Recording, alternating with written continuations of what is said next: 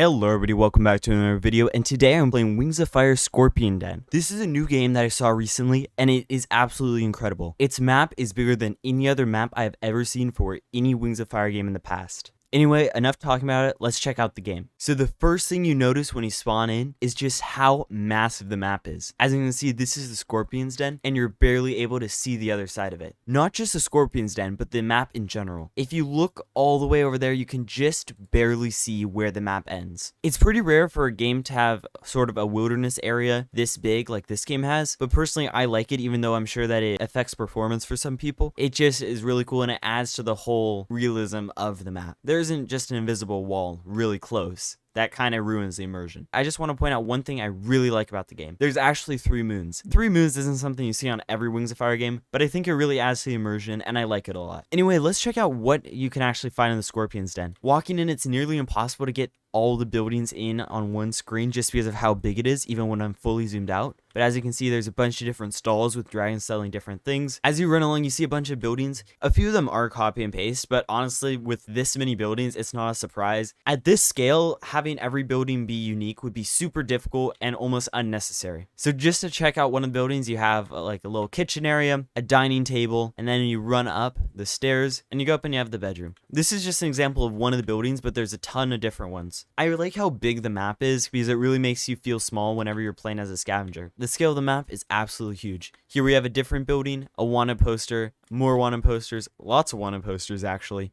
Okay, even more. Okay, that's a lot of wanted. Here we have another building that's a bit different with what seems to be an armory. It is a bit bigger of a building. There's even a side room here, one bedroom here, and then I believe there's a larger bedroom over here. I like how even though they are similar, and I'm guessing there are exact copies, there is a good amount of variation that it doesn't become noticeable that all of them are identical. Here's another little building. Here's a third with more variation, a map, a bigger table, and then the kitchen and the side room. And then the upstairs, the bedroom's a bit different. Of course, I could go on exploring each individual house, but that would take me hours. So make sure to check it out once you have the chance. In the middle of the Scorpion Den, you have an oasis, which you can swim in. Very cool.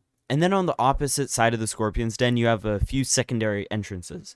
One here and one here. Just like the other entrance, the entranceway is surrounded by little shops with dragons selling different things. Now, as you can see, I have been playing as a scavenger or just my regular Roblox avatar for the entire time so far, but there actually is an option to play as a sandwing. From where you spawn, if you turn to your left, there's a sign that says "Want to play as a sandwing." All you have to do is run up to it, and there'll be a little pop-up that says "Adult Sandwing." You just hold down E, and you become a sandwing. The sandwing model is a bit glitchy, and just like right now, you do get stuck in things. I'm not sure if this is currently working. I think I might have to reset. Okay, becoming a sandwing part 2. This time also didn't work. It appears I've injured the poor sandwing working in this shop. I apologize. Anyway, take 3 of trying to become an adult sandwing. There we go. So it is a bit weird how the sandwing moves, and if you spin in a circle really fast, you're able to fall over.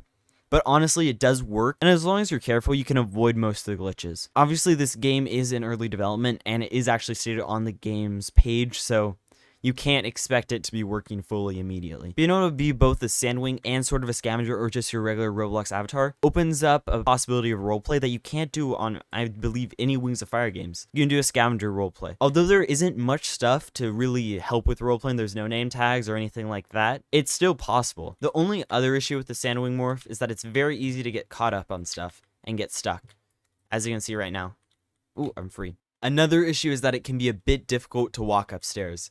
Although, if you're careful, you won't get stuck in the roof like I just did. Overall, this game is really awesome, and I'd recommend checking it out, even if you just want to explore the map. I'll have a link to the game in the description, so make sure to check it out. Anyway, I thank you all so much for watching, and I'll see you in the next video.